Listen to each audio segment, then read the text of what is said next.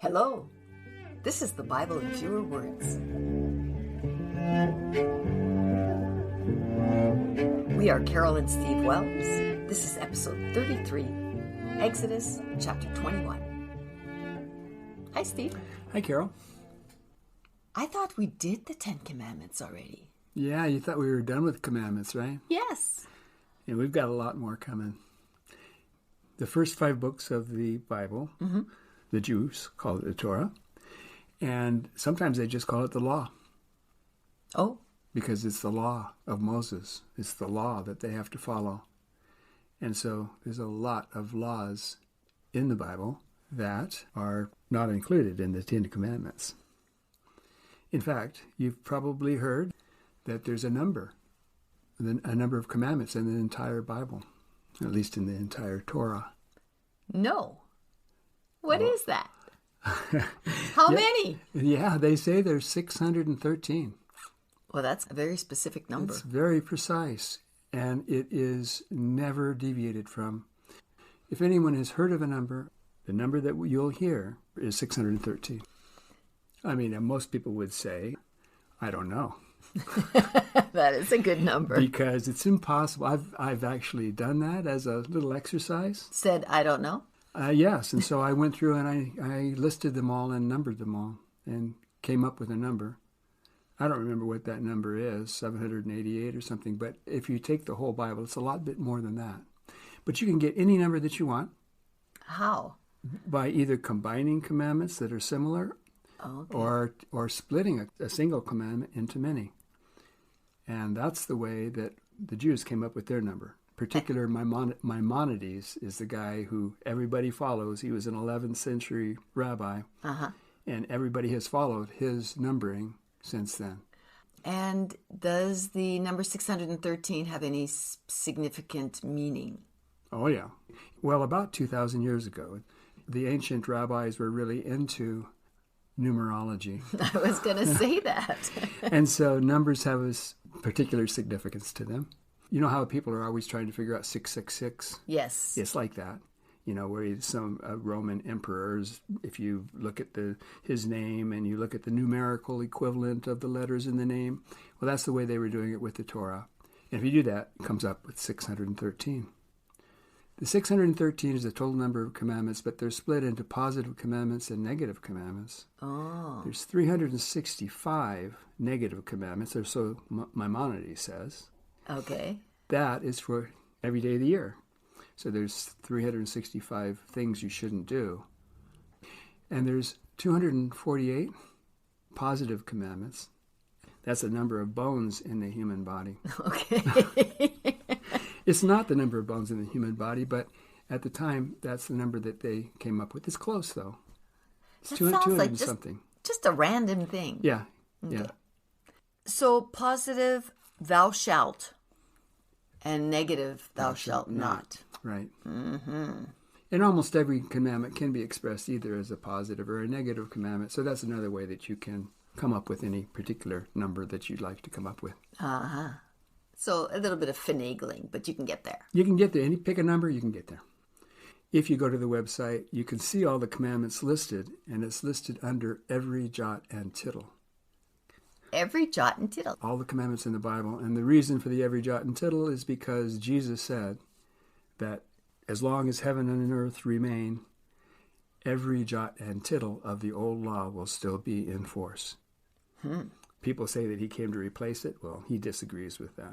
He said that. So I named it after that expression that he had in the Gospel of Matthew. And it's kind of fun to say, every jot and tittle. Yes. Okay, so we should get started. We better, yeah. So this is chapter 21, verse 2. If you buy a Hebrew slave, you must set him free on the 7th year. Yeah, that's nice. You can't own him forever. You only get 6 years, or 7 years, I guess, and set him free in the 7th year. That is kind of an interesting thing. Like, he wears out after a while. I don't know. I'm not sure what the thinking is, but I imagine it has something to do with the Sabbath, don't you think? Oh, seventh day, seventh year. Yeah. Okay. If you have given him a wife and she has children, then you get to keep the wife and kids. That doesn't sound so nice. Well, the first one doesn't either. Owning a slave for 7 years, even if it is only 7 years, you shouldn't own anyone for any length of time. I agree. Not even a week or a day or 7 minutes. Yeah. It's just wrong. But the next one is interesting, the next verse, because it says that if you give him a wife, it's like he doesn't have anything to do with No decisions who it or is. choices. No, she doesn't either. If you just give him a wife, then if they happen to have children, you get to keep the wife and kids. Okay. That does not seem okay. If he refuses to leave his family when his 7 years are up, then bore a hole through his ear and keep him forever. Okay, so then he's marked, and then you have him forever. Okay, the next section is on selling your daughter. That's possible. Yes, it is. There's instructions for it right here. If a man sells his daughter, she doesn't gain her freedom in the same way as a man does. We just said that the man has to. You have to let him after live. 7 years. After 7, that doesn't apply to females. It's only to males. Uh-huh. So I guess if you're a female slave, it's forever. If she doesn't please her new master as a concubine or spouse or sex slave or whatever it is, he must let her be bought back. But he must not sell her to a foreigner. And if he gives her to his son, he must treat her as his daughter. So if I buy a young woman, Yeah. I mean, if a man buys a young woman, I guess a woman could, but then it's kind of as a sex slave. I think so. Yeah. All right. And if I don't like her, then I can sell her, but I have to sell her to an Israelite. That's right. And then if I decide that I'm going to give, instead of selling her, I'm just going to give her to my son, Right. then she becomes part of the family. And You I have to treat her as like a daughter. my daughter. Yeah. Okay, well, that doesn't, I mean, other than the whole selling thing, that being involved in a family and being treated as a daughter. Oh, it's a wonderful thing. Absolutely. Yeah, that's the way we should do slavery. No Yes, question I about guess it. so. Yeah. Okay, let's go on. Okay. On polygamy, you going to do this one? Yes, on polygamy. If a man takes another wife, he must provide food and clothing for her and have sex with her. If he fails to do so, if he fails to have sex with her, Or give her clothing and food. okay, he must let her go free without asking her to pay him. And Pay him back, I guess, because he's been providing for her. I guess not providing enough. But Okay, on murder. If a man kills another man, take him away from my altar and kill him. my being God. This is God speaking. This is God speaking. Okay. Take her away from my altar. What does that mean? Well, he doesn't want you to kill somebody around the altar. Oh, So go away. Go away from the altar and kill him. okay. It's a messy process, this killing people, and he wants you to do it somewhere else. Okay. But if a man kills someone that I delivered into his hand, I will provide him a hiding place. Hiding place. So I think it's more an accidental killing, Oh, okay. act of God. All right. One thing I should say about that is there's several long sections in the Bible coming up called cities of refuge, and that's what this deals with. God has a whole plan, whole city that are going to be set up for people who have killed people accidentally to go. Okay. So and they then all can the go rules that are associated with that. It's pretty complicated. cities of refuge. Cities of refuge, yeah. Okay, on disobedient children and slave stealers. A child who hits or curses his parents must be killed. Okay. Nobody would have any kids. No, Left. no. That's what it actually says. Either if they curse or hit a parent, they're to be killed. You would think maybe time out or sending them to their room or something. No, you just kill them. So nobody gets past teenagehood years. You wouldn't think too many would, but on the other hand, if this is the way, if this is the punishment for cursing or hitting your parents, you probably wouldn't be doing it too much. I guess not. And the next verse is, if a man steals a slave, kill him. Oh, so we're discouraging theft. Well, yeah, I think it's emphasizing the fact that a slave is property, is someone's property, and it's just not right to steal from them.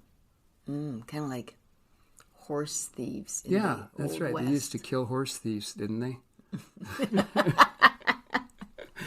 It's like that. Yeah. On assault. This is verse 18 and 19. If a man injures another man by striking him with a stone or a fist, he must pay for the injured man's loss of time and medical treatment until he's thoroughly healed. You know, there's a thing in the law that you have to, like kind of compensation. Yeah. This actually makes sense. I don't know if I have this marked good or not in the SAB. I think I probably do, because I don't see anything really. This seems like it's a good rule. Kind of fair. Yeah. The next one isn't so great, though. On slave beating. If a man smites his slave with a rod, and he or she survives for a day or two, then he shall not be punished, because slaves are his money. Point here is, you can beat your slave as much and as often and for any reason that you like, but make sure they live for a day or two after the beating. If they die from their injuries, then you could be punished. But otherwise, it's okay, because the slave is your money. Yeah, that is pretty awful. Oh, it is, yes. I think everyone can agree with that. On miscarriage/abortion. If two men fight and cause a woman to miscarry, then the one who caused the miscarriage must pay her husband an amount determined by the judges. Only if the woman dies is the punishment to be death.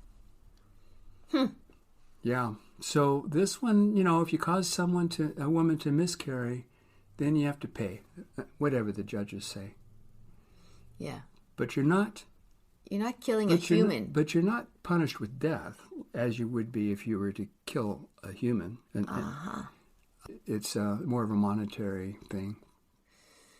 So I hate to get into the abortion argument here. Yeah.